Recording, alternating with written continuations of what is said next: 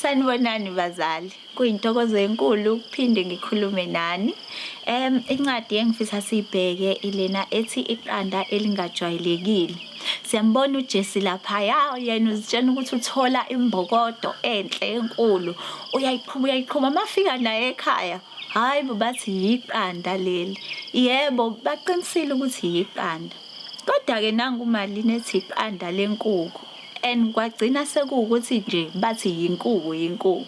So-ke bazali leyo nto leyo abantwana bethu mhlampe ingasivulela amathuba ukuthi abantwana bethu sibafundise ukuthi kubalekile ukufunda nokuhlezi umqondo wakho uvulelekile ukuthi uzwe noma umukele ulwazi ongalithola olusha. Ngoba ningangifakazela bazali kuyenzeka empilweni sihlangane nabantu abahlezi bezitshena ukuthi bona bazi konke.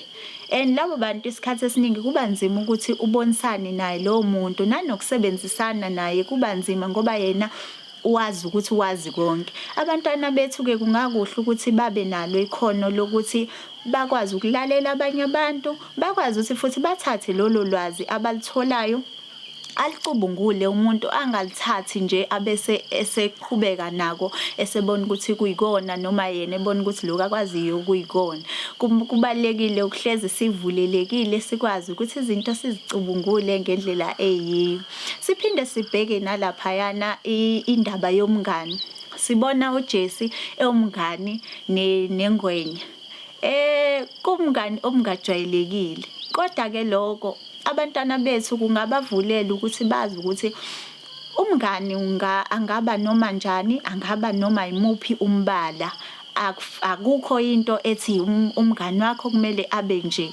Uma nje bekwazi ukuthi bahloniphane, bathandane, bazwane, lobo mngani lobo kungaba impumelelo. Umngani-ke futhi uletha kuhle kuba umngani obuletha inzuzo ethile empilweni yakho. Kungenzeka ukuthi umngani wakho mhlawumbe eklasini ngiyalinganisa mhlawumbe esikoleni nibuye nenze naye umsebenzi wesikole othile kanjalo. Ziningi izinto ezinhle ezingenza abantwana bethu bagcine bezwana bengabangani. Lelo khono-ke lelo lingabasiza abantwana bethu ukuthi noma besemdala akwazi ukuthi asebenzisane nabantu abahlukahlukene empilweni ngoba njengoba siphila nje la eMzansi simbala ehlukahlukene, siza ngezimo ezihlukahlukene, asifani futhi ngeke size sifane.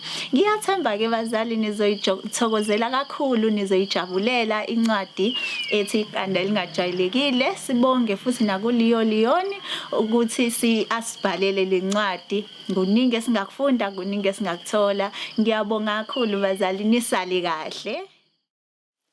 Siyabonga ngokubukela. Sicela ungakhohlwa ukubheka ama-activities ethu engawenza nabantwana kuthanda.org.